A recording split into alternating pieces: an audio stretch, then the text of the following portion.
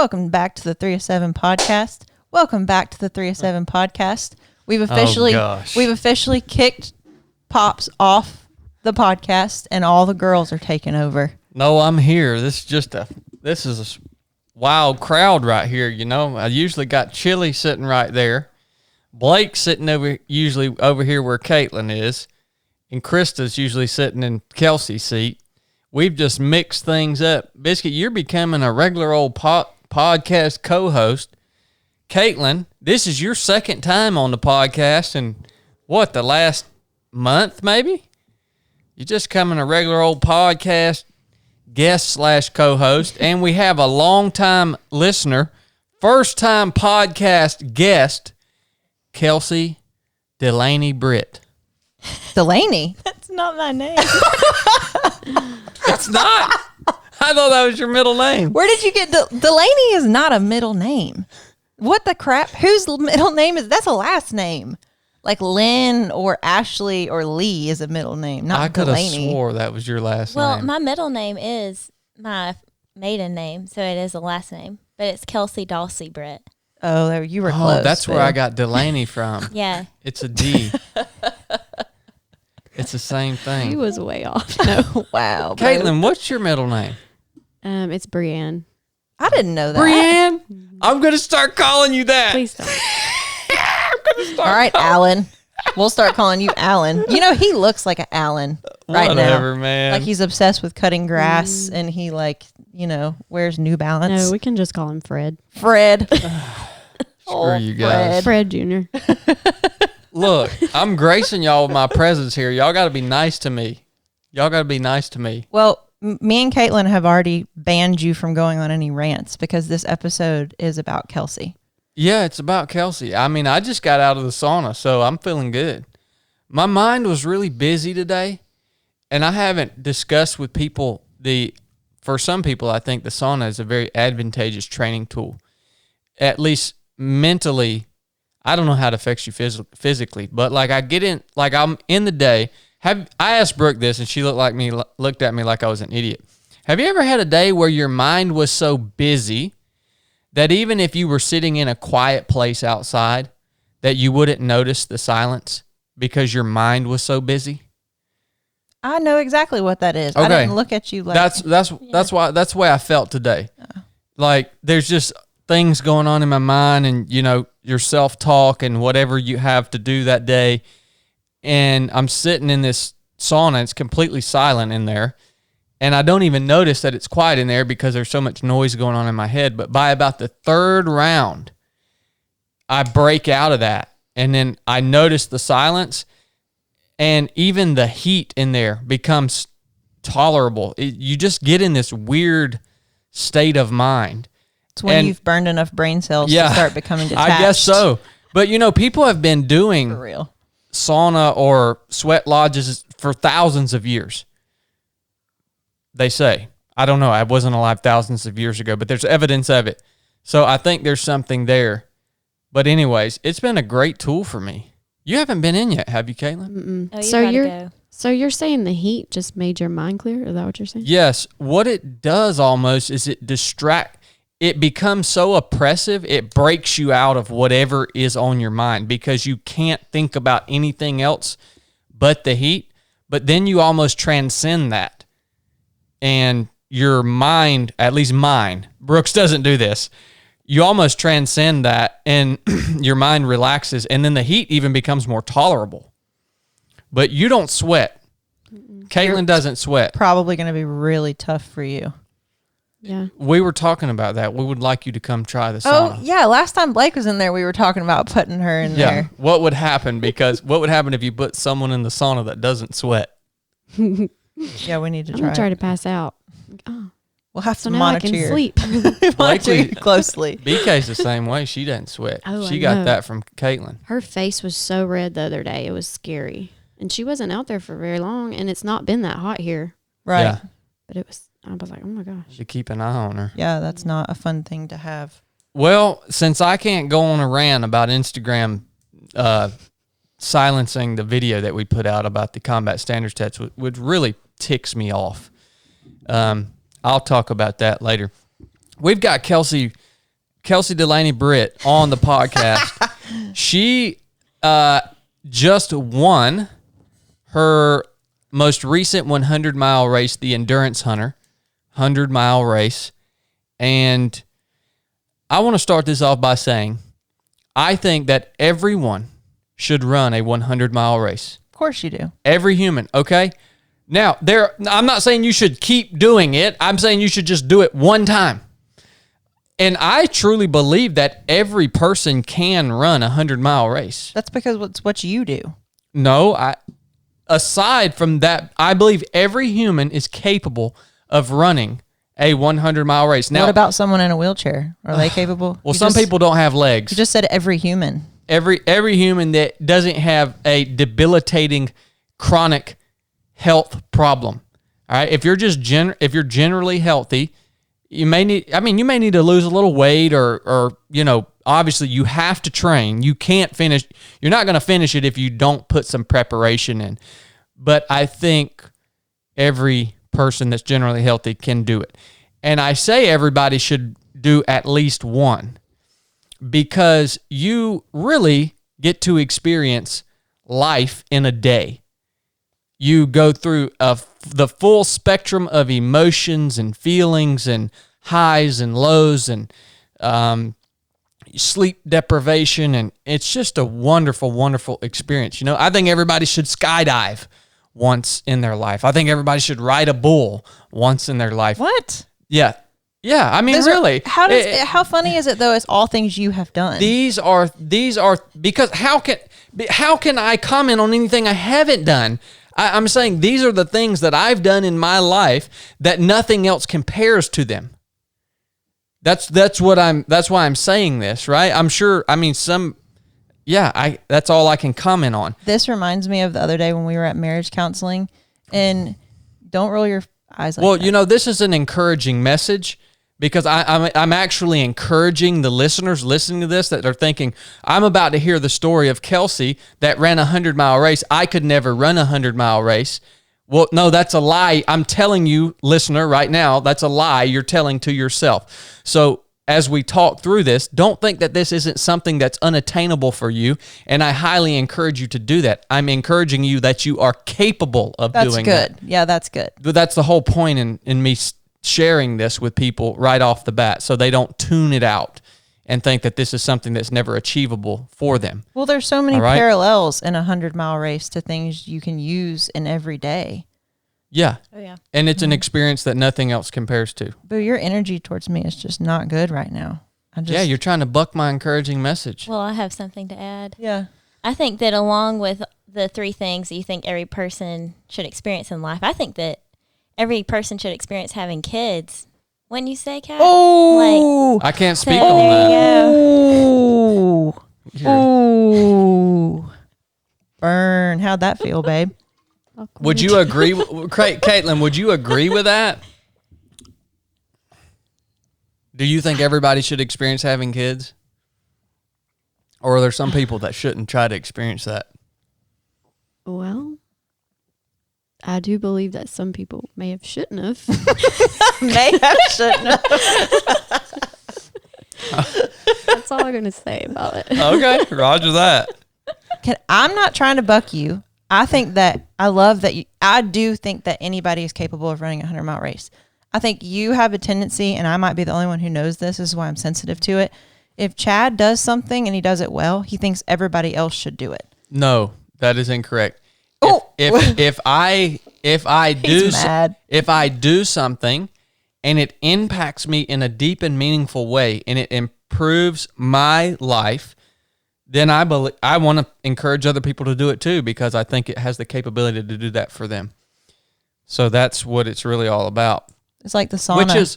Which is why we created Nuff Said Running. As a matter of fact, this podcast today, this episode is brought to you by Nuff Said Running. We literally filmed a 10-part series. It's 3+ hours of training and published it. You guys can go purchase it and you have access to this entire masterclass. It costs less than the cost of a pair of running shoes. It's $99. It's everything I've learned about running since I started running when I was 19 years old. It's also really entertaining. It's me, Blake, and Chili. I'm so proud of that content, man. So if you listen to this and you think, maybe I want to run an ultra. Caitlin just ran her first ultra marathon the other day. Brooks ran some 50Ks. We've all ran ultra, and it's a great community. If it's something you want to look at starting your journey with, Nuff Said Running is a great place to start. Mm-hmm. So you can find that at nuffsaidrunning.com. Check it out. Now, Kelsey, I want to ask you,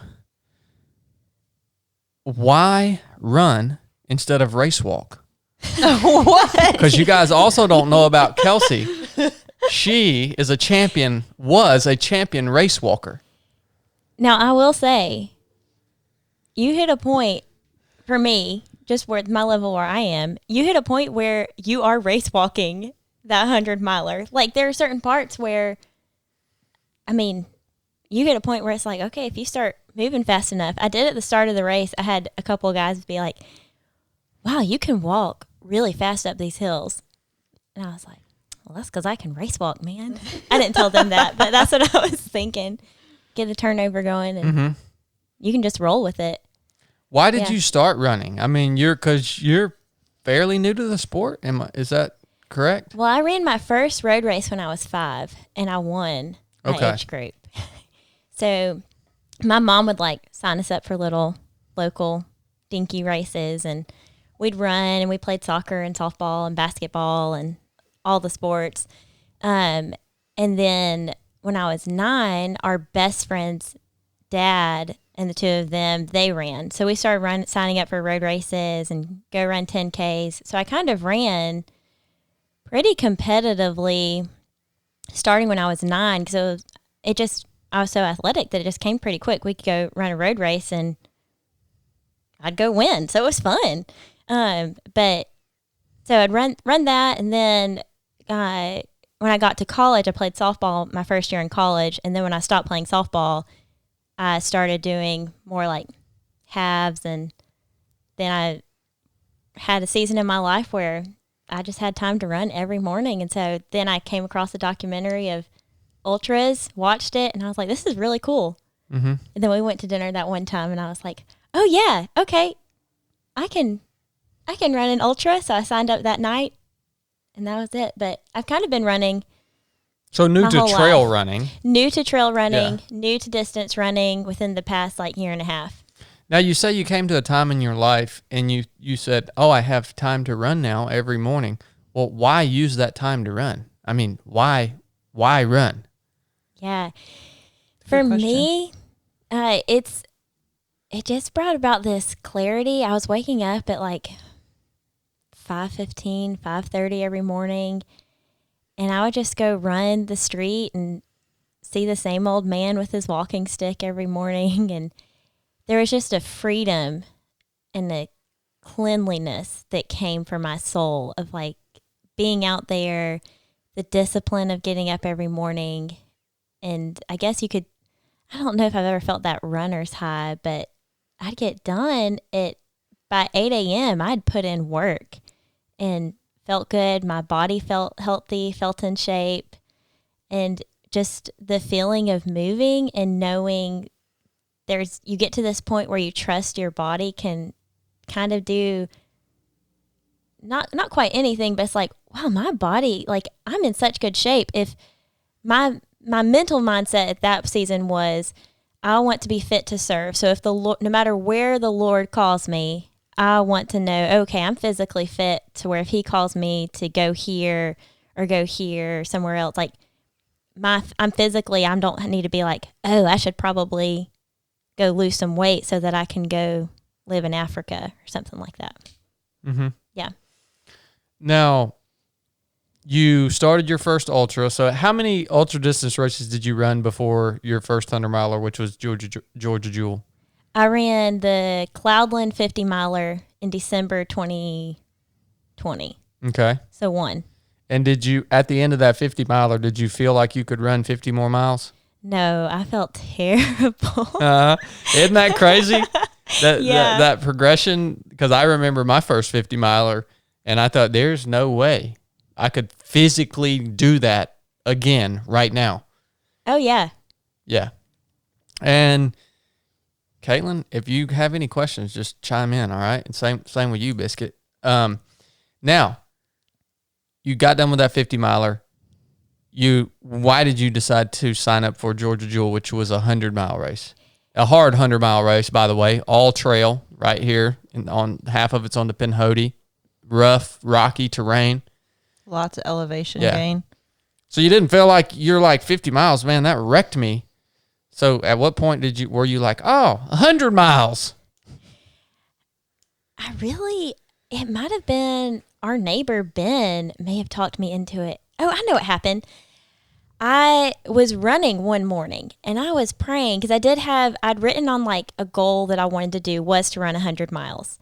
And I was running and praying and I was like, Lord, should I do this? Should I not? It's a big commitment for Benji and me. It's a lot of time. And I was like, God, will you just like let me know if I should run 100 miles? And so I get back to the house that morning and I have a text from our neighbor that says, hey, there are 8 more spots left open for the Georgia Jewel if you want to sign up. And I was like, well, I guess this is my sign. I'll sign up. So I signed up for the Georgia Jewel and I knew going into it. So for that 50-miler, a lot of it I had taken on it's all in your mind. So that means I don't really need to train my body quite as much. And I didn't physically prepare for it like I should have. But then going into Georgia Jewel, for me, I knew for myself, I wanted to know, okay, I want to put in the work and get there to the race and know I've done everything I can and I've prepared well and I've really built a quality foundation for myself because I knew for the 50-miler I hadn't. So going into Georgia Jewel, I was excited and that was kind of my challenge was to see like, can I really put in the work to get myself there? Yeah. So. Well, and you finished that race. Yeah. That your first 100-miler, which is a big deal. Thanks to Biscuit over She's here. patting me on the shoulder. I have to ask because, I saw some footage from that race. Oh, yeah. And would you go as far as to say you got reduced to a pile of mashed up butthole or? Yeah, recap that last 18 miles for us. I just want to hear because it got ugly. It looked like it got pretty ugly. Ugly. I want to know maybe your biggest or your top 2 biggest lessons learned from that because there had to have been a bunch because you just came out of that into the race you just did and won. So what were the lessons that you learned there? So around, I don't know, mile 70, I thought it would be I had really good positive self-talk. My mind stayed in a good place. And then I just hit a place where I was just mentally tired to keep positively self-talking. And I also decided that, you know what, this food thing, I'm just not crazy about it. So I'm going to stop eating. I only have 30 miles. I mean, I was eating some, but hardly at all. So I roll into an aid station and I have tears rolling down my face and I tell Brooke, I'm like, I think this is the pain cave. And she goes, it'll only last an hour. You'll be out of it in an hour, which you said in hindsight, you didn't actually know how long it would last. No. Yeah. No clue. That was just you trying to encourage me. So we roll into aid station at Snake Creek around mile 80. And I knew keep moving forward.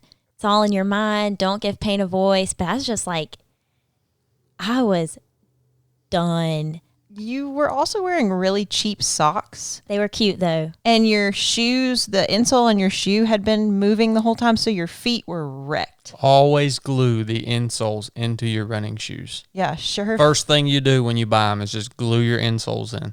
Her feet were just, every step you were wincing. It was bad. I had blisters all over the bottom of my feet. I was so tired because at that point I'd been out there a really long time. And I was so sleepy, I really thought I was going to pass out. And I had points where I was thinking in my mind, okay, if I decide to pass out, can they get a helicopter up here to get me off this mountain? I had those same thoughts on mine. I know it was 30 miles. But yeah, I was really thinking that of like, man, how expensive would that bill be? Does insurance cover that? Dang. We have a lot of basic course students wonder about if any helicopters are coming. It's hard to get a helicopter. You got to be in a tight spot if they send a helicopter for you. Yeah. And you got to be in a spot where they can get to you too. Yeah. Well, and I also knew don't die in the chair. So, but this one I was like, please, can I just sit down in a chair? Brooke and one of the other members of our crew peeled my socks off. My feet were like destroyed. So it was mostly my feet and not eating was like my two biggest things that I knew when I went into this recent endurance hunter. I knew I have to keep eating and I have to wear quality socks. And I went back and reread my notes I'd written after Georgia Jewel, and I knew from day one, these are the two things. There's some things you can't control. These are two things I can control. I can wear better socks, and I can eat food, even if I don't want to. Yeah. You know what happens when you when you drive your car and you don't put gas in it? Stops going. Oh, she stopped going. Yep, that's the exact same thing that happens in running. I tell people that all the time. But if you eat the wrong things, you can end up in a situation where you can't eat because you're just puking stuff up or your stomach is completely shut down. So not only do you have to eat, but you have to be disciplined enough to eat the right stuff. Oh, yeah. For me, that's fruit. Mainly fruit, I would say. Okay. We'll save that for this next coming up race. But you got anything other than that on the Georgia Jewel, Boo? I just wanted to emphasize, like, if I ever do a higher mileage race, I will fall back on watching Kelsey go through that because she was literally walking at like a snail's pace. I don't know how to explain it. She was taking a step every 5 seconds. And then she would stop and put her hands on her knees and bend over and tell me, I think I'm going to pass out. And she would start falling over and I'd have to catch her. And you had diarrhea and she was a wreck. Like I too was thinking, like, how am I going to get her out of here? Like we had already gone 5 or 6 miles and the next aid station was like 18. It was 18. I think it was 11. 11. Our next aid station. Okay. Yeah. Oh yeah, you're right. And I was like, we weren't near any roads. We were on a ridge and I was like, what am I going to do? And she pushed through that and she slowed down. I mean, I don't know, just for the listeners to understand like how bad of a place you were in and you ended up running the last 3 miles. Nothing else compares. That's why I'm so adamant about this race distance. Nothing else compares to that. I don't care how hard your CrossFit workout was. I don't care how hard your triathlon was. I don't care. You get reduced to just a puddle of mud. You've never done a triathlon. I have done triathlons. No, you haven't. Yes, I have. You just get reduced to a puddle of mud on a 100-mile race like no other. Well, I will say, I tell people, if you want to know how much your friends love you, go do 100 miles. Because I knew how much my friends, and like Brooke and Benji, when they had to stand on either side of me and literally pick me up out of the chair to keep going. Because I didn't want it. Right then I wanted to quit. Or I wanted the permission to quit. But they knew, no, this is a goal and we're going to keep you going. We're going to take care of you. Mm-hmm. So I always tell people, if you want to know how much you're loved, go run 100 miles. What's on your mind, So Caitlin? how long were you actually out there? Like, what's the total hours that you were out there? I think, is that 34 hours? That's what I wanted to say. Yeah. I think 34. But that start time was in the evening, which makes it a lot harder because you're also awake for a lot longer. Yeah. Yeah, you're going into the race doesn't start till noon, and you've got half a day of sleep deprivation already right on the front end. Yep. Instead of like a race starting at 7. Yeah, I agree. So, biggest lessons learned at Georgia Jewel were got to take care of your feet and you got to eat. Yep. You got to eat the right stuff. All right. Those are huge lessons. And I would agree, those are some of the most important lessons to serve you when you're running that type of distance. Now, you come off the Georgia Jewel. Were you like, oh man, this is it? I'm doing another one of these, or was it like, I'm never doing this again? I think I let myself be kind of neutral for a couple days.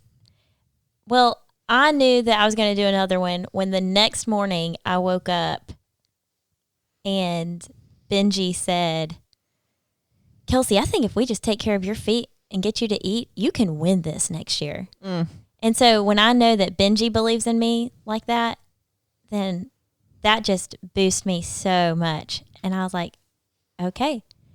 And even if I didn't do another one until Georgia Jewel this year, I knew I was going to do Georgia Jewel 2022. Mm-hmm. Now, you are very dedicated to your training, which is one thing that really impresses me about you, because I'm a little different. I rely more on just pure grit and hoping that I can hold it together longer than other people, because maybe I'm more trained mentally. I've just been through a lot. You're dedicated to your training. Going into this race that you just won, the Endurance Hunter, how did you train, and how did you train differently? So for Georgia Jewel, I kept a log, and I would track, okay, where did I run? How long did I run for? I don't really time my runs, but for this one, I started off the same way, and I just wasn't kind of in the best mental season at the time, and so I was kind of missing a good bit of training runs. And then I was really beating myself up looking at my schedule and being like, dang, I'm really behind on my training and I'm not hitting the mileage. So, because you work 2 jobs, right? Yeah, I work 2 part-time jobs. Yeah. Comes out to about full-time. Her social life is an additional job. Yeah, you're a social butterfly. You work 2 jobs. So, yeah, the schedule fills up quick. Okay, yeah. So how did you combat that? So what I decided to do was just kind of love running again. It felt like work training this time. So just let me just run and listen to my body and do what feels good. And obviously there are times you're out there running, you're like, I feel like I'm ready to stop, and you need to keep going. But in general, it's just, okay, I've got 2 or 3 hours. I'm just going to go run for 2 or 3 hours and not worry about how far I'm going. I'm just going to run what it feels like.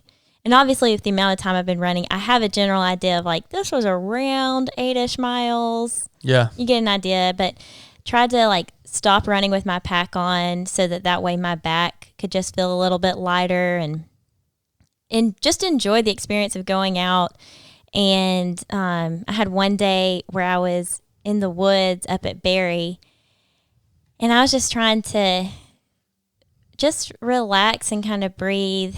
And I was like, I don't want to be out here on this land and feel like I'm using the land. Like, I'm in nature, but I don't want to use the land. I want to be like one with the Lord's creation. Like, you want to be appreciating it. Right. Yeah. I want to just stop and pause. So like this time, just a lot more of like, let me just stop and pause and take in the beauty and breathe and be like, thank you, Lord, so much for just getting to be out here and just the freedom that I have. So I kind of stopped trying to track my runs and just let myself be. That's a great training philosophy, and I think there are a lot of very elite runners that follow that same philosophy. Courtney DeWalter being one, from what I've heard her talk about, that's similar to how she trains. I learned that lesson early on in my racing career, if you would say. The races that I was very regimented in preparation for, I always did the worst on them. But the races that I did and trained the way you're talking about training, I did the best on them. So people right now, some of you guys listening to this are saying running can never be fun because running sucks right now. You're thinking that in your head, right? Yeah, I know. You're a listener. I know you're thinking that. Let me tell you, the more you have to ease into this, and the more you run, your body actually makes adaptations, and running becomes fun, relaxing, and in a sense, actually easy. Depending on pace, you can adjust your pace, but if you run a manageable pace, it is a fun thing, but you have to work your way up to that point. And once it gets to that point, I believe that running should always stay fun. I think it's the only sustainable way to train. And when you look at running, you have to, I think the way you talked about the way you were viewing the trail and, you know, the land as being, oh, I'm just using this trail as a tool to gain the fitness that I feel like I need to perform. If you look at it that way, you're going to miss it, man. It's not going to be fun. So very, very good explanation of that. In general, how many miles a week do you think you put in? Or what was your biggest training week, like mileage wise? It doesn't have to be exact, but just roundabout, what was your biggest training week? This is putting me on the spot because I really don't know. Well, she didn't track it. Well, yeah, but I mean, are we talking a 100-mile week or are we talking a 30-mile week? Or did you go out daily? He was usually tending to run. It would tinker between like 3, 4, 5 days a week. And then I might run like 2 15-milers back like one day and then the next day again. And then go run 3 the next day and then wait a couple days and run 8. So just kind of random then. Yeah, kind of random. I always feel bad when sometimes people are like, "Oh, what's your mileage week like?" I'm like, I don't know. Sounds like 40 to 50 mile weeks. Yeah, would probably be. Yeah. And that's kind of your high workload, right? Yeah. Preparing for the race. We biked.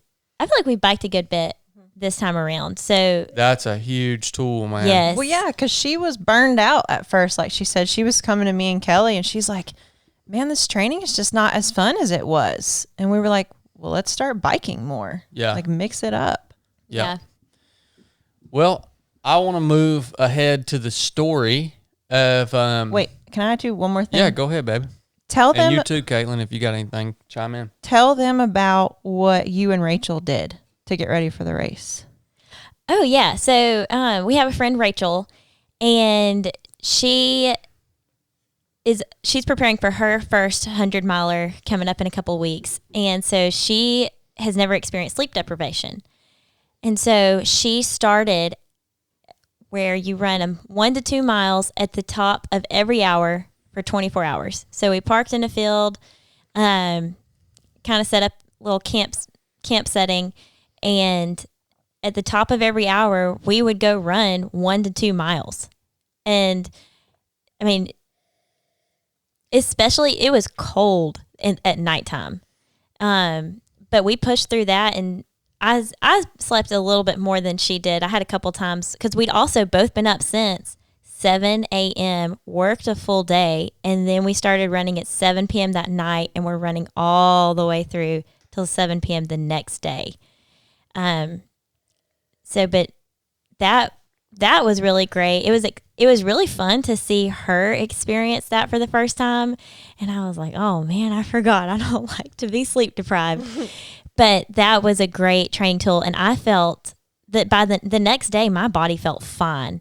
And I was like, wow. Because I think we did roughly mid-30s mileage-wise total for that 24 hours. And it was really encouraging for me to go on long runs and then the next day feel completely fine. So that's when I knew, okay, my body's feeling good because I can put some miles on it in a day and I'm not hurting at all the next day. Yeah. And that brings up another great point for the listeners. If you're if you're to the point that you're looking at your first 100-miler, sleep deprivation is going to come into play without a doubt. And I want to tell you that you cannot train sleep deprivation. In other words, you can't be better at functioning sleep deprived. You can train and react better to it. All right? You understand the difference? Like, you can't build up, you don't have a sleep deprivation muscle.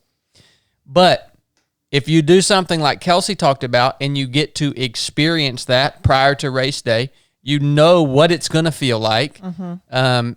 And you learn how to deal with it better in terms of how you react to it. So I don't recommend doing something like that if you already know what that type of sleep deprivation feels like. Don't think that going out and doing something like that once a week is going to make you better. It's actually going to make you less fit. But for a one-time go before your big race, I think it's a wonderful idea. It really is. So we were out doing a training run. Got anything, Caitlin? All right. We were out doing a training run. Y'all know me, man. I'll just take this podcast slap over. Yeah, we know. Did y'all know that? Did y'all know noticed. this is the premier ultra running podcast? The 3 of 7 podcast is the premier ultra running podcast. Of course. How about like East Coast and those ones that have been around for so long? No, 3 of 7 podcast, premier ultra running podcast on any network. Like around the world. 1 out of 7 episodes is about ultra running. Well, yeah, it's still the premier. It's probably because the races that y'all have done have been pretty epic. Like, yeah, there's some good stories behind them. Yeah. Yeah, so I just want to put that out there. You're just really yourself. bossy today, babe. Well, I'm in a room with 3 strong women. I got to boss up a little bit or I'm going to get ran over. You're just telling everybody how they should do everything and what's what. And this is my wheelhouse. This is what I run it. This is what I do. I run. What? Boy, I'm going to get you after this. Okay. We were out for a training run one day with Kelsey, like, what was that, like 2 weeks before the race or whatever? It was 15 days before the race. Okay. 15 days before the race, we're out on a training run/bike. We were doing 20 miles that day, 10-mile bike, 10-mile run. And we're just running along, and Kelsey's talking about her race schedule, which is insane, by the way. You signed up for this was the first of how many 100-milers you're going to do this year? 3. 3. Okay. That's insane. Don't recommend that either. We can talk about that later. bossy. But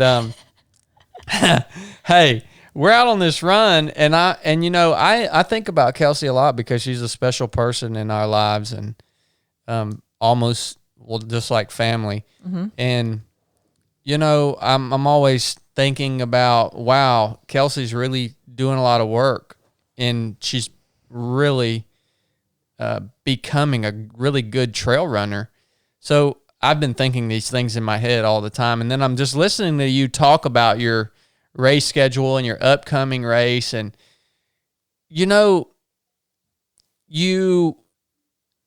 I felt like you were in the mindset of I'm just going to go out here and just do better than I did at Georgia Jewel. I just want to make an improvement, right? Yeah. Is that the mindset you felt like you were in, or? Yeah, I was in the mindset of I want to enjoy this, enjoy the experience. Yeah. I think subconsciously, also consciously, knowing I'm a little nervous to vocalize, I think I want to be competitive. Mm-hmm.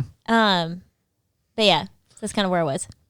So I was getting that from you, which is totally okay, man. If that's what you want if all you want out of running is community and to be able to experience cool trails and cool places, that's enough. But you're putting in a lot of work and you're getting really good at running. And so all I did was I did the same thing. I passed something along that was passed along to me. All right. I said, you know what, Kelsey? You could win this race, right? I think that you could be competitive. I think you could win. And that is what happened to me. Same thing. When I first started ultra running, I ran a few races, and a good friend of mine approached me and said, "Hey, man, you know, you're pretty good at this. You could actually win." And it flipped a switch in my mind. Like, okay, I needed to hear that from somebody. And that's an important switch to get flipped. So I passed that along, and you kind of milled it over for not very long, maybe a half an hour. Yeah, well, because you were saying something about, we were talking about the difference between race experiences of winning versus just going out to just enjoy your experience. Yeah. And Brooke said, well, Kelsey wants to win. And because you had been kind of pushing like you got to try like the winning experience at some point. Mm-hmm. And I remember when Brooke said that, I was like, in my mind, I was like, yeah, that resonates with me. Like, I kind of do want to win. And then I asked, well, is it too late for us to decide that we want to win? No, because you had been putting the work in. You had been training like you would have trained if you wanted to win the whole time. So it wasn't too late, which I think is an important distinction to point out here. When you flip that switch in like Kelsey did that day, Kelsey Delaney Britt, and you decide you want to win, well, guess what? Good on you. You can't will that into existence. I was talking to Nathan Hicks about this today. You can't just decide you want to win and just go win.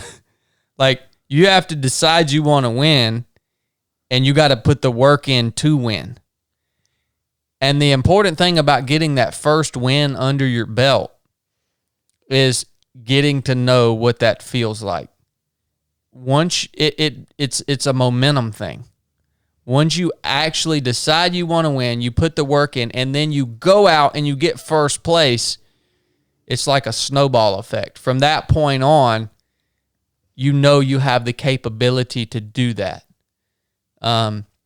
So it's important. I think it's important if you want to be competitive, to get that first win under your belt. Even if it's not at a big, highly competitive, crazy spotlight race, just get that win. A win is a win. You were the best one there that day, and a win is a win. And it's the feeling you get when you cross the finish line. You can bank that, man, and it builds momentum. I think it's important. So how your mindset kind of changed there, how did that affect you from that point leading up to the start line? Or did it at all? I think it was just mostly, it didn't like affect me physically in any way. I mean, at that point it's too late you can't try and do anything to, I'm going to get fit now. Yeah. You're too close to your race. But I think just talking to my crew, I knew I had a solid crew of Brooke and Kelly, our neighbor Ben, who he runs a good bit. Kelly's husband Stuart was coming out. He's an experienced ultra runner. My sister was coming out. Rachel. Yeah. So it's like I stacked. Yes, and the biggest part was I got home from that run, and after we had talked about that, and I was like, okay, I think I want to win this. Got home and saw Benji, and I was like, hey, I think we're going to try and win. And he was like, all right.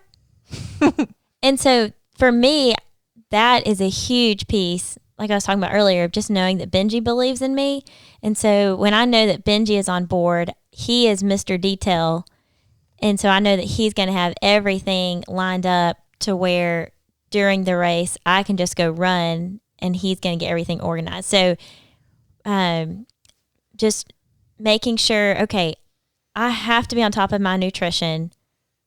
Like, there is no other option. But I really didn't transition that much. It was, I remember a couple times just pausing and being like, wow, like my mind, I really do want to be competitive, and I haven't let myself be. But I don't know if maybe it just hasn't been the time or the season, but it felt kind of relieving and kind of a weightlifting of this is fun. Like, let's go do this. Mm-hmm. And so just not like, I never had a point where I was starting to get tense of, oh my gosh, I have to go out here and do really good. But it just was like, okay, yeah, let's go do this. Yeah. And you told your crew, y'all got to freaking tighten up, son. We're going to win.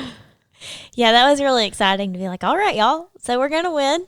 You know, I think you had a committed crew. Oh, yeah. I mean, I don't know about solid. You had a committed crew. What is that supposed to mean? Well, I mean, talking about Brooke specifically. I think he's talking about that. I didn't ask him to pace. Oh, yeah. Yeah, he asked, why didn't you ask me? And then Kelsey, about 10 minutes later, Kelsey goes, Chad, will you pace me? And he goes, no. I'll be out of town. Yeah. What a turd. What a turd. All right. Well, now we're going to talk about the actual race. And Biscuit, you were there. So take us where you want to take us. I think you should just, I think you should just tell it from the beginning and just tell people the experience. Yeah. So I got a fart. Sorry. I wanted to talk so everybody could hear it. Are you for real? Sorry. I don't want to miss anything. Well, hold on. Literally thousands of people are going to hear your fart. They can't hear it, really. Oh, they do. I heard it. They probably can. Y'all heard it? This isn't the first one. Something happened earlier, too. It's bad. Sorry. Oh, my gosh, man. Sorry, Kelsey. If you want to... That is... Okay. We just went from thousands of listeners to 10. Just gas. No, this is important for the people to know. Hear ye when I say, when you run, you will fart. Oh, yeah. It's a natural thing. Especially when you're eating a bunch of goos and terrible food. Fart and poo. Oh, yeah. We got some good we'll get to them. Oh, yeah, I've got a good poo story. Sorry for that interruption. Carry on. Biscuit, take it where you want to take it. You were there. Don't say Biscuit. She can handle that train. Okay. She's got it. Send it. I want to hear about this race. All right. So we packed up, left, got up there, 7 a.m. race start. So we were ready, and I felt a little bit of jitters ahead of time, but I felt good. It's what I knew going into it that I've been doing a lot of trying to find mental rest. So you've been listening to the 3-7 podcast? Been listening, yes. Okay. Yes. Should have had plenty of mental rest then. But also with that, I've listened to a couple of books and really trying to breathe and let my mind and body rest. And knew going into this of, I want for this time, I had a goal time, and I knew I want during this time for it to be just me and the Lord in the woods. And I want for my mind to get to a resting place with him. Because over the past few weeks, it's been, I want to know the Lord for who he is and not for, it's like so often we're trying to pray, we're trying to read our Bible, journal. And I just had, I always felt like, okay, I'm not doing enough. So I knew going into this of, it doesn't matter. Regardless of what I do, God is still God. So I want to experience him like that on this run. So start off 7 a.m. It's snowing and 30 degrees, which it wasn't that, it felt great. I loved it. It's I love the cold weather. We've been training in that all winter. So start off, and it's in downtown Blue Ridge.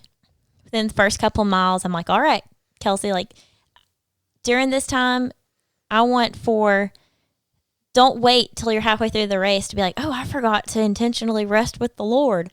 So I was like, okay, so just trying to kind of think back through, okay, what are some things that I've been journaling about or had on my mind that I want to rest in?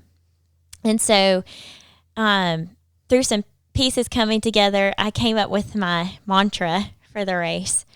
And this would be something that I would repeat throughout the entire time. But I was like, Lord, who am I? And like, what are you trying to say to me that I'm not hearing? I just want to sit and be with you and hear from you.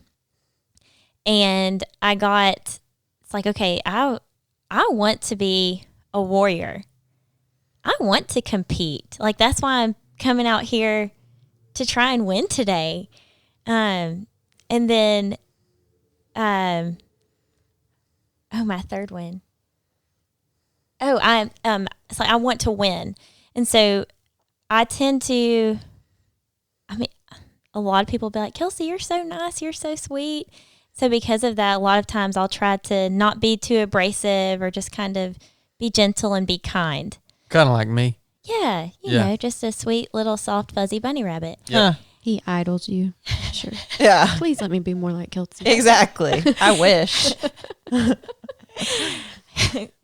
So your mantra was...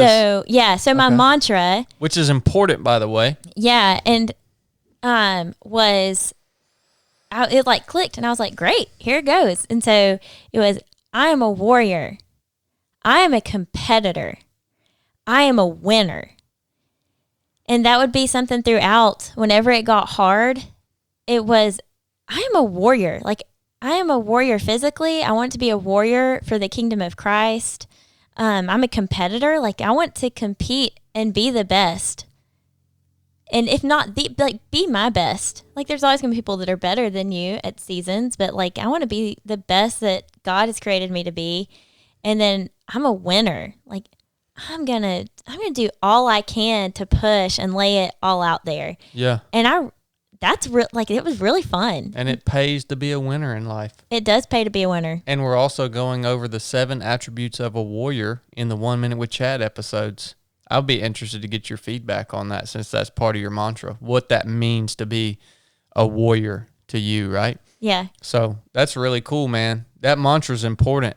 Mm-hmm. It's important. That I think your mantra ties a lot into your why, which we have a whole video, Enough Said, running about your why, which is a huge, huge part of getting you through a race.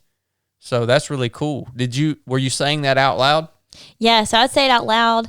And then kind of following from that, I quickly realized I don't have a why for this race. Like, I had a why okay, I'm kind of curious to see what my mind does. I want for my mind to respond better when I hit that tough spot. But my why saying that I came up with shortly after was, I do hard things so I can go deep and develop a rich character. And so, like, I do hard things. I'm doing this race so that I can go deep. So for me, that's like sleep deprivation when it's getting really tough. And I can build a rich character. And so, like, a rich character for me is like, in this was persistence, steadfast, enduring. Mm-hmm. You better have that these days. Yeah. You better have that type of character these days. Yeah. So that was with that. And then, like, from there, it kind of had a couple, like, little trickle down where it's like, the answer is in me for this race. Like, and I guess for always, is like, the answer is in me. And I'm not saying that I am the answer at all, but the Holy Spirit is in me, and the Holy Spirit is the answer, because that's the Spirit of God.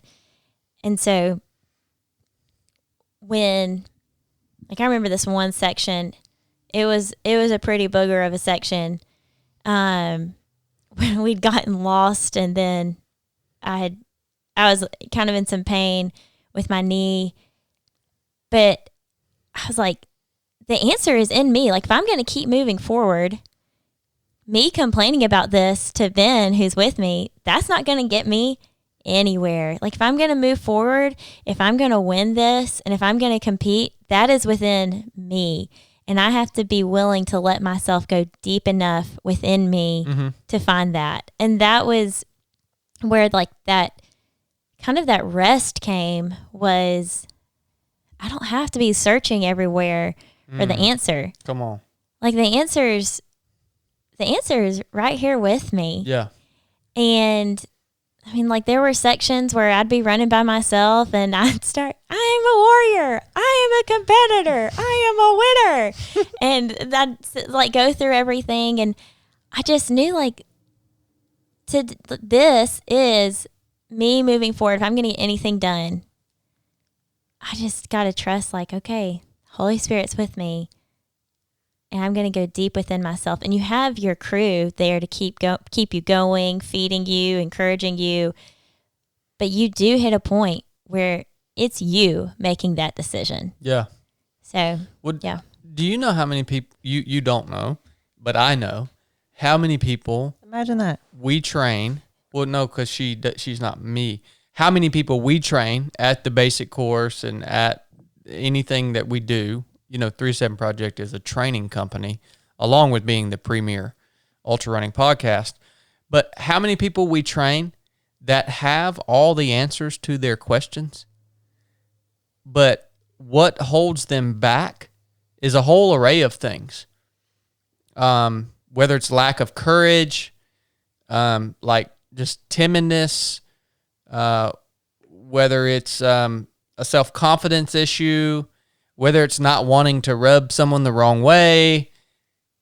I see that so often, and I so relate to the statement you just made. The answer is within you, and I think a part of that is the answer to many of the questions that you have. The answer to solve many of the problems that you are facing in life. You know the answer.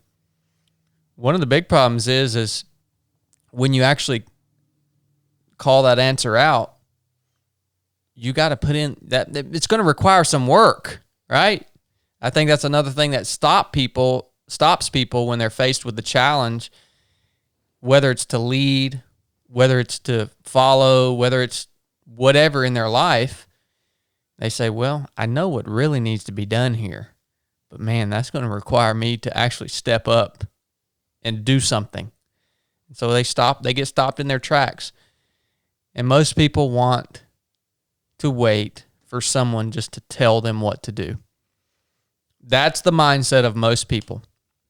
That's why many people fail, is because they just want to be told what to do, right? And you're never going to get anywhere like that. Never. So that really resonated with me a lot.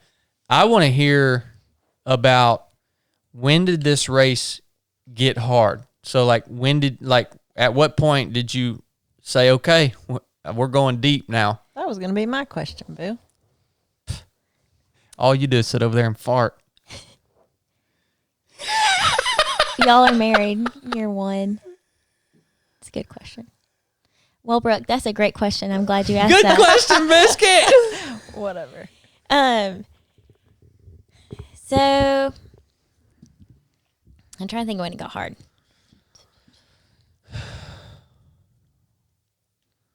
Let's see. It was on the section when I was with Kelly, so probably around mile 60. I had coming out, I checked in at Mulberry Gap Aid Station, halfway point, and I can pick up a pacer. And we were coming down the hill, and that was when I felt the pop in my knee. And I was like, oh, that didn't feel good. And so as we kept going, I was like, I can still walk. I'm not going to die. And that was, I think, when it really, I had to go in my mind and be like, bend your knee and make it move forward. And then that was also right about when sleep deprivation came in, because, I start getting sleepy around like 8 o'clock at night. And at this point, it's like we'd been in the dark for a couple hours probably. And I was sleepy. But I knew from past experience, like, okay, this will pass. And at some point I'll wake up again and get like that second wind. But Kelly was doing a great job we were chatting, and she was doing a great job pulling out dad jokes. So that was really keeping me going. And we rolled into the next aid station, and we were approaching it, and I was like, Kelly, I want to take a nap. Like, if I can just I need a reset was what I was wanting. It's like, if I can just take like a 5 or 10 minute nap, I can get a reset.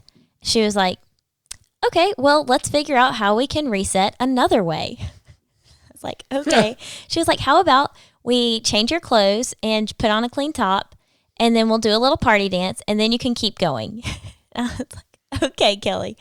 So we got in, ate some good potatoes and coffee, and I picked up my pulse at that point and passed off to Ben, started pacing me then, and I felt pretty awake on that section. And we were going uphill, and I was like, wow, this is it. I'm awake. I feel great. Let's get this. And then that is when we got lost for 2 hours on the trail. And so my watch also died at that point. And then, so I couldn't know when we were hitting miles. So at this point, we don't really know how many miles we've gone because we've been going back and forth on this one section, can't figure out where we are. And it was I think it's like a 9-mile loop on the inside of Fort Mountain. And it was super technical. Like, you'd go up some rocks, come down some rocks, go up some rocks, go down some steps. Oh, let's go out to this overlook. Now let's go back in the woods. Let's do these switchbacks. And it was dark. And neither one of us knew how much further we had. And we'd been out there extensively longer than we needed to be.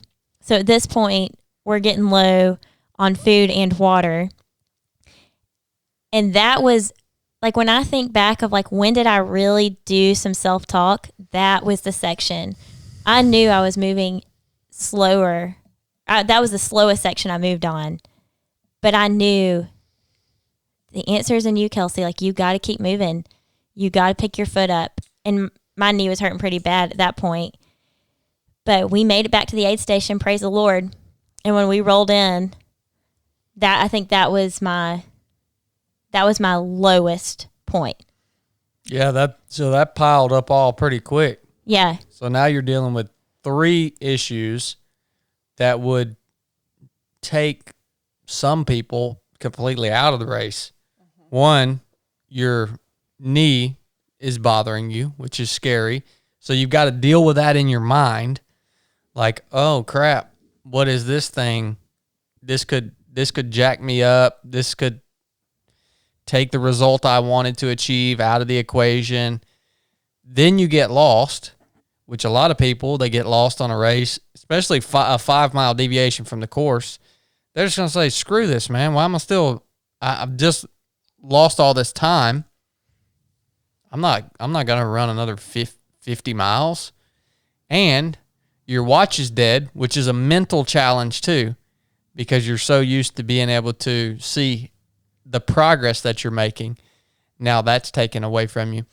That's a big reason that I recommend to people, don't always run with the GPS watch, and don't always run with your stupid headphones. Because you will become dependent on those things. You will become mentally dependent on your watch and also on the music or podcast or whatever it is you listen to while you run. Intentionally train without those things multiple times a week, just so if that happens to you on race day, it doesn't take you out mentally.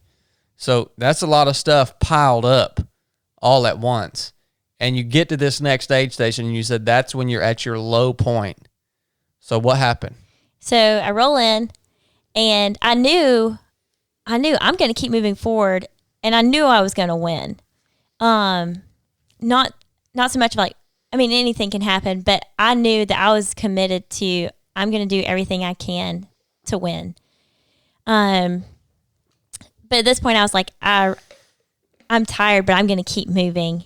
And I got some food in me, and I knew I am naturally a teary person, so I let my waterworks flow sometimes. And I looked at Kelly, and she was like, "You're okay." And I was like, "I know, I'm okay. I'm just really tired."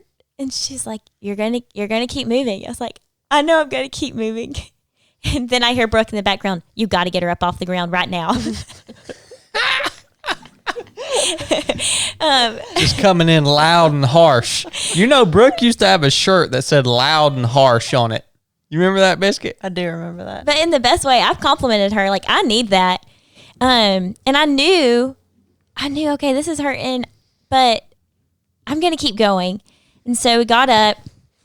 I'd gotten cold at that point, and we just kept moving. And we went out on and got to see the sunrise and climb some silly hills. I was just like, at one point I was kind of laughing in my mind of like, I can't be mad. Like, this is just one of the silliest hills I've ever climbed. Like silly steep? Silly steep and long. Yeah. Like forever. And it was at mile like 86 maybe. Oh man. And Ben looked at me. It's like, "You got to put your big girl panties on and get up this hill." I was like, "Okay, I'm coming." But so what I did know was during this section, because we had the GPS trackers, I knew that I had some distance and had bought some time ahead of the second place runner, which with that, I knew, okay, I want to maintain the integrity of my race, regardless of where the second place girl is. But that also gave me a little bit of relief of, I'm going to move the best I can, but that just kind of took a layer of stress off, not freaking out about like, where is she? Somebody's right on my heels. Yeah. Yeah. Yeah. Because if you would have gotten lost and didn't have that GPS tracker, you would probably think, well, they just passed me. Yeah. Like 5 miles is a lot. Yeah. But so I think as the sun came up, like I'm mentally was awake. I felt really good. I'd kept eating the whole time. My feet were in great shape, and I would do like the function check, like, how do my feet feel? My feet feel great. Ankles feel great. Calves, thighs, like hips feel great. No joints are hurting.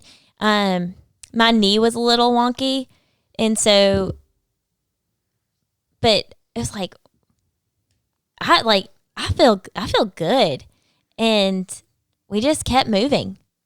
Then met Brooke, and we kept moving. Then got my sister last 8 miles, and we kept moving. So, yeah, that's great. And her knee ended up being her IT band, which is such a common pain. And the first time I had it, normally it manifests as a sharp pain on the outside of your knee. And it normally will start there, and you'll just feel it in your knee. And I remember the first time it happened to me, I was like, man, I injured my knee. Like something, and you don't realize that the IT band stretches from the outside of your knee to your hip. And that stuff can get so, you've had it before, haven't you, babe? Oh, I've had it debilitating. It is like to where I almost couldn't even walk. Yeah, when you're going downhill. It's like a sharp, and it was something I knew, like, man, I wish that I mentally, like you hear about people like, I ran a race on a broken ankle. But I was like, oh man, like I'm going to keep moving. But it was like, there were several times where it was like just this shooting pain that would just take my breath away. Yeah. I'm like, IT band, yeah, but that's great about IT band. It's a really sharp pain. Have you had it, Caitlin? Mm-mm. Well, you got those runner's legs. So, well, Biscuit, you told me when I was having it and I was doing one of my 50Ks, y'all just doped me up on naproxen. Yeah, it's not an injury. Well, hold on. I wasn't done. Biscuit told me, don't worry. There's nothing bad can happen. Your IT band, it's just going to hurt. And I was like, oh, cool. So I just kept running on the pain. And then next month I met someone who did that, and they snapped their IT band and had to get surgery. Yeah, I don't believe that person did that. But. Okay, let me look it up while you guys continue talking. No. It's all good. Can you give me my phone, please, Kelsey? Mr. Know-It-All. You know, wow. What Thank you. Kelsey talked about the function check, and we teach this to all of our students, and it's something that I utilize. It sounds like Kelsey now utilizes. And I think a lot of people get confused when they say, well, you're asking me to do a function check, but then you're telling me to not give my pain a voice. So I just want to clear that up real quick. The way you use a function check is to identify issues. So you're going from the bottom of your feet, checking in with each muscle group and each joint and each aspect of your body, including your mind. Where am I in all these different aspects of myself? And so what the function check is for is so that you can identify issues like IT band pain, like a blister, maybe your mindset's getting a little negative, whatever. You pick that stuff up in your function check, and when you find these issues, you're not finding them for the purpose of complaining about them, all right? You're trying to identify these issues so that you can compensate for them or fix them before they become a debilitating issue that takes you out of the race. All right? So if you're doing a function check, you're doing a race, and you have this massive blister on your heel, and you get to you've identified it, you don't complain about it, you're out on the trail, there's nothing you can do about it, you just got to run with that blister until you get to a place where you can do something about it. And then it's okay to tell one of your crew members, hey, I got a freaking massive blister on my heel. Let's take care of this real quick before it takes me out of the race, right? You guys understand the difference between the two? So if you do a function check and you catch something and you're not in a place to do anything about it, then you just keep going. You make a mental note of it and you just keep going, right? But if you have an issue, don't ignore it when you're in the proper place in the proper time to actually do something about it. That's the difference between the two. I love that you're using that tool. It's a powerful tool. I do it on the Mid-State Mile. Every loop, I do a function check, and it keeps me going. And you talked about that sunrise. That sunrise is an amazing thing. Just the new energy that it brings. And, you know, the darkest, coldest, nastiest part of the night is that 3-4 a.m. right before the sun rises. It's just the natural part of the process. I think it's a part of the natural world in terms of whatever battle you're going through. It's always going to get the absolute worst, nasty, crappy right as the dawn is about to break. Think about that, guys. That's how it works in nature. I believe that's how it works in life. It takes a lot of people out. They're literally about to break through, and whether it's an accomplishment, completing a challenge, or facing something that they're going through in life that life has just brought to their doorstep. They're about to break through, but they're going through those dark, cold, nasty hours, and they decide to stop. And if only they could see far enough to know that the sun is about to rise, they would have kept going. But it's amazing how that sunrise literally brings a new energy to you, isn't it? Oh, yeah. Oh, yeah. You can tear your IT band, by the way. Okay, I believe it. Okay. Baby, I told you before we left and came over here that you're a genius. You remember that? I said I view you as a genius. Yeah. I mean, me and you haven't been connecting the last few days, so I guess that's why I just feel like arguing with you. I feel really connected with you right now. Oh, my gosh. Back to your story. I don't know if everybody knows. I don't know if we announced this at the start when you were announcing my name, but Brooke is one of my best friends. Yeah. That's true. I hit on her at who cares? Shut up. At This a is hardware important store. To the listeners, everybody's here for Brooke. Running is, thank you. That's sweet. Running is what brought me and her together. Yeah. But nobody cares about that awesome story, so I won't tell it. So, all right. Did you run with Kelsey at the end, Boo Boo? No, I just got in 3 miles because one of the Pacers had to leave. Okay. So her sister ran it in to the end. That's right. Yep. That's right.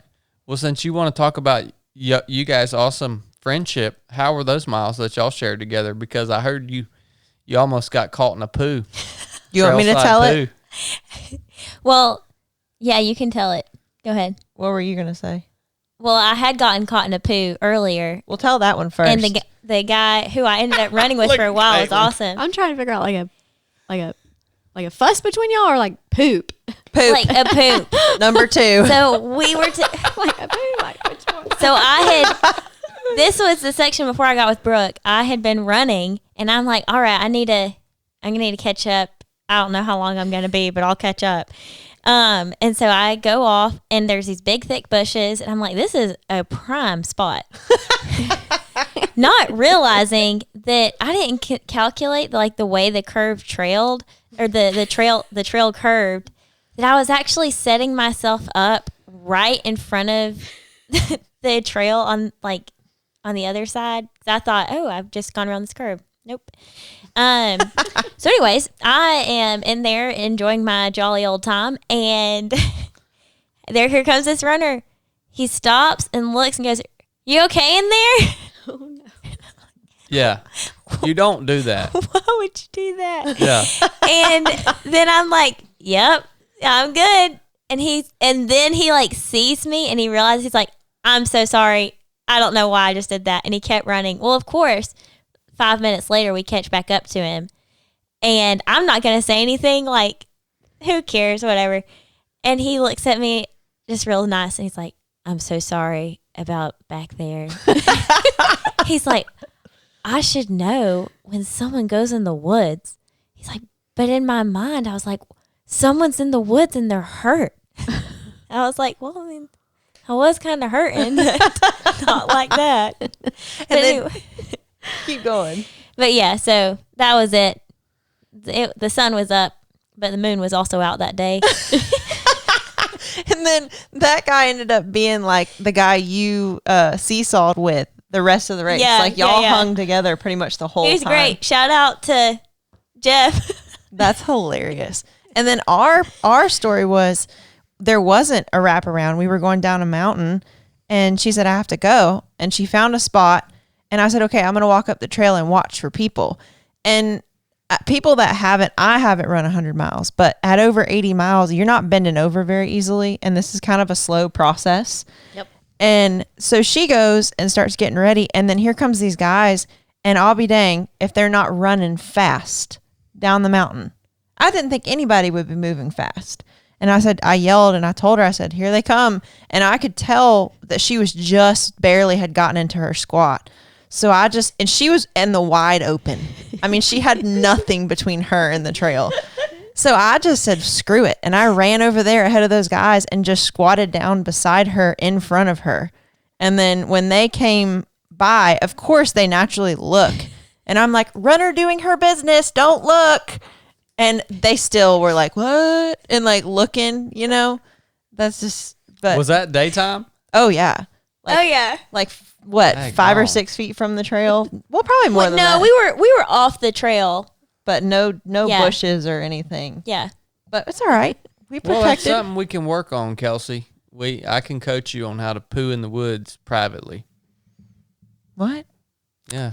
What would that we can entail? work on that on our training runs. How do you Not together, I but- don't. Yeah. No, I don't want a demonstration or anything. No, I'm just saying. Next training run will go on. I'll just make sure I point out some key places that would be great She for knows. great to poo. She knows. She was just at I was at a point where it was like, I remember, I think I told you, like, oh my gosh, like, I gotta go. Like, this is not a, She held it for You got too long. struck.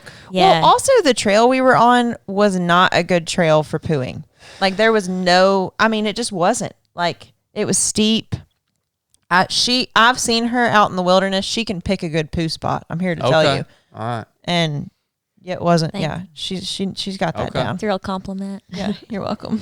So I saw the video you coming across the finish line, and you had your Kelsey Britt Mark 1 Mod A smile on, son. I think you wore that smile for like 3 days straight, man, because when I saw you at the coffee shop the other day, you had the same smile on. I was like, she hadn't stopped smiling since she finished that race. So I was telling her I went over and saw her the day after, and we'll get to the finish, but I was telling her about how you generally have like I want to call it a come down, but I would call it a crash, like an emotional crash after a race. And I haven't seen Kelsey have that. Like, Kelsey has been consistently Kelsey that I can tell. Yeah, she's probably a little more emotionally mature than I am. I think that's definitely true. Yeah. You should try crying a little bit more, Chad. It's really good for you. I just wish I could She find could probably something. give you some tips. Yeah. Yeah. I wish I could find something that make me cry and not just be mad. My go-to is anger. So the finish. So we're all waiting on Kelsey, and there's the finish comes down like a mountain, and it switchbacks. And the announcer guy on the microphone is watching the GPS, and he was really cool. He was talking to whoever was coming up next, because this hollow like funneled the sound, and he had done it the year before, and he said everyone could hear him. So he was talking to Kelsey and like yelling that she was first place female and telling jokes, because that's her favorite. And I thought that was really cool. I've never seen somebody do that. Yeah. It was nice to hear that. It was also like, I've got so many switchbacks to get there. But yeah. You could see like the little flags and banners in the woods as you're coming down. Were you ready to be done? Yeah, I was hitting a second wave of being tired at that point, and we had run out of water a couple miles back, and it was pretty hot compared to have started in the snow. It was now like upper 60s. Yeah. No, it was upper 70s. That was a big shift that weekend. Yeah, it was pretty hot. And the whole section we'd been on was all exposed. So I was excited to finish. Mm-hmm. Yeah. You looked really good in the video. Thanks. I was like, she don't look like she just ran 100 miles. Thanks. She looked good. How'd it feel? I think it's just like I'm proud of myself. Like, I think, Brooke, I know I told you this, I know it's not the fastest. I mean, it's not the fastest time anybody's ever laid down for a 100-miler. By the way, you can't look at times on 100 milers. You have to look at the course. That's true. But it's like, on this day, I set out to do something, and because of just the growth that my mind had, and that you live life in a day kind of thing, like, that is what I'm proud of, is I set out to do something, and I did more than what I thought I would do. And I got done, and I was still with it. Like, there wasn't ever a point where I was all fuzzy or like just not like last time. Right. And my body felt good, and I was really proud of myself of I've done this, and I've accomplished my goals. And today I was a warrior, I was a competitor, I was a winner. And that was just really neat. And it was really neat to see. I love being at the finish line and seeing the people that are there, and just being able to reminisce on, this is a moment in time where these people are here for me. And just like, I know that the same weather I experienced, my crew experienced, and they stuck it out, and they were there to celebrate me and make sure I was taken care of. And so I'm always really, really grateful for, wow, these people love me a lot. And that always feels really good. Mm-hmm. And then it feels good to sleep. Yeah. No, that's awesome. That's an awesome way to portray your feelings there at the finish line.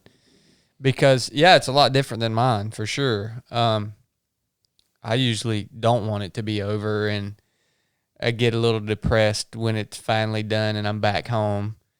So I'm glad you're emotionally mature enough to reflect upon, wow, this is my moment, right? Yeah. What are you doing to recover now, or what have you been doing the last few days to recover? So sleep, eat well. Brooke came over and made us dinner so that we would eat really well. I think that's the biggest thing, but also moving to just keep fresh blood flowing. So moving and knowing, okay, when is it time to rest? So I took Monday off of work, went back to work on Tuesday, was on my feet a really good bit of Tuesday. And then we went for a walk yesterday. So mostly just keep my feet elevated was a really big thing for that first 24, 36 hours afterwards, was elevating my feet, taking magnesium, like Epsom salt baths. I've noticed a huge difference in the inflammation in my legs once I take a bath. Yeah, eat well, hydrate. You've been drinking a ton of water. Drink a ton of water. I think that's kind of it. Just listening to my body, and if I need a nap in the middle of the day, I'm letting myself take a nap. Sat down and journaled briefly, and to just recap the journey, and do that. Caitlin, you got anything? Did you learn anything about yourself that is different or new, or? I think I like that question. I think it's not so much that I learned something new. I think it's more that I tapped into a deeper layer within myself that I've always kind of wondered if it was there or haven't known. But I realized, like, whoa, I'm capable of a lot. And I had my former boss at my Chick-fil-A. He told me one time, he was like, Kelsey, you are capable of anything. And I was like, okay, I don't really know. But I've been resonating with that a lot lately of, wow, like, I am capable of this if I set my mind to it and I let myself go there. So I think that that's the deepest thing of, like, just going into a new level and being excited, and yeah. I wish everybody could think that way. You should say it in like a positive way and not like a aggravated, like, man, I wish everybody could think that way. You know? I wish everybody would have that mindset. Oh man. Yep. Yeah. I really do. Because I mean, I believe that. I think that's a key piece in maximizing your own contribution to the world, right? Like, yeah. I don't think you get that mindset by just thinking it, though. I think you have to put yourself out there and fail and win for it to grow. I like that. Yeah, because I don't think you could just will yourself into believing I am capable. Yeah, you have to actually get out there. I agree. That's a good point, Biscuit. I mean, I feel that like I feel like I could take over the world if I decided that's what I wanted to do. It'd be ugly. He looks like Dr. Evil now when he said that. I truly believe that. I think everybody kind of knows that, Chad. Don't worry. We know you think you could take over the world. Okay. We know it. Great question, by the way, Caitlin, and great answer, Kelsey. Well, I think, too, it takes, like we were talking about I think it takes, there's a season of you have to walk through a journey. And, like, I think for different people, your time to break through and find that next level, I think if it's like, if you're thinking, oh, I want to break into that next level, but I don't know how. Sometimes it takes a process. I mean, Brooke and I run together all the time. We're constantly talking about like, where are you at? How's this going? And there are seasons where it's like, I wouldn't have been able to get to the mental place I was able to get to this past weekend. But you have to walk into those really deep places, and sometimes you have to revisit them. And it's okay if you revisit those hard places. But when you have an opportunity to let yourself break through and do something really great in your mindset, like, go for it and take charge of what you want, and don't feel bad if you hit a bump in the road again. But don't be afraid to go through the hard seasons. That makes me think, I don't think I've asked you this, which is weird. Like, me and Kelsey both go to therapy, and we're both, I hope you don't mind me sharing that. Oh, no, I don't mind. And we both are working through, I think everybody's working through something, but it's just whether or not they're being intentional about the work or not. Right. Yeah. And we are both in pretty deep seasons of growth that, like, we're both getting tired of. We're both getting frustrated. We want results. And my question is, like, does the race at all help that season? I think I have thought about that. And I think the biggest piece that I've realized is it may not immediately be like, wow, yeah, you found all the answers. Let's get out of this season. but it's given me, oh, no, I can work through this. I can get through this. And when I do get out of this, I will be in a better mental place than I was 2 weeks ago or wherever. I fully recognize running 100 miles, doing really well, winning the race, coming up with these great mantras isn't going to solve your life and fix all your problems. But good word. By golly, it helps a lot to know, okay, I can approach this next season of therapy or this next thing that we're trying to tackle or this hard topic, and I can know, hey, I'm capable of going to this hard place and getting out of it and doing good work while I'm in that hard spot. So, yeah. That makes perfect sense. Yeah. Yeah. I have one more question. Yeah. Have you inspired Benji yet to run or do? Oh, Kat. Okay. So, about a month ago, Benji said, hey, what would you think about joining CrossFit? So he has joined CrossFit. I'm going to be joining in a couple weeks. You ran in high school cross country, but he just does not have a love for running. But he supports me really well. But he doesn't want to run. But we are going to do CrossFit together. So that's really exciting that we'll have something that we as a couple can physically do together. Yeah. Yeah. I love old Benjamin Button. Oh, yeah. He's cute. He's a good one, boy. He's so sweet.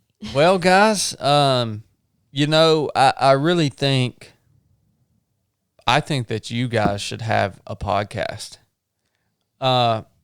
You guys are, I am so blessed in my life to have been surrounded by strong women my whole life.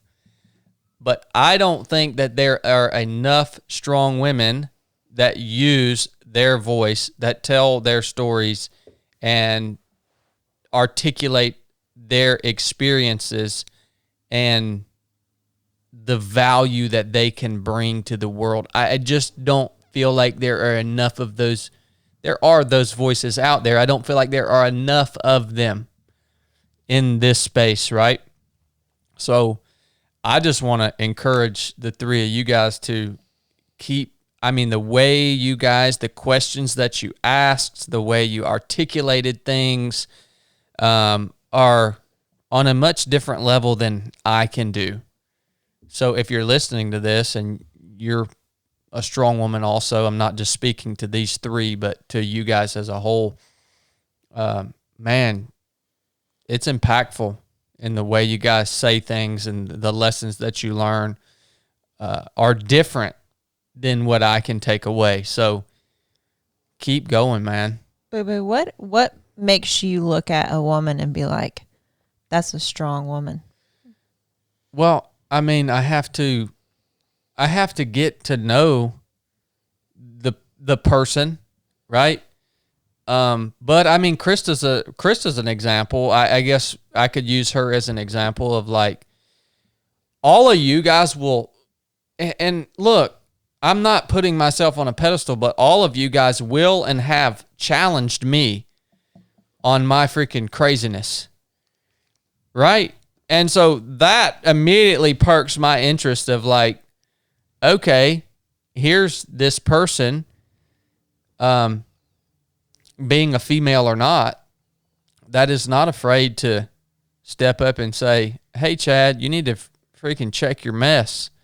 I value that, right? And another thing is I hate drawing the line between male and female, but I also see a lot of, in the case of the basic course, we get very few applicants that are female. And I think it's because a lot of females are afraid to put themselves in these situations that you guys put yourselves in, of doing something that's really, really physically just grueling. I'm not saying just hard. I'm talking about grueling, right? And so, I don't know. That's another thing that's unique about all three of you guys is you're not afraid to put yourself intentionally into situations that you know it's going to get rough. You're going to have to freaking poo in the woods.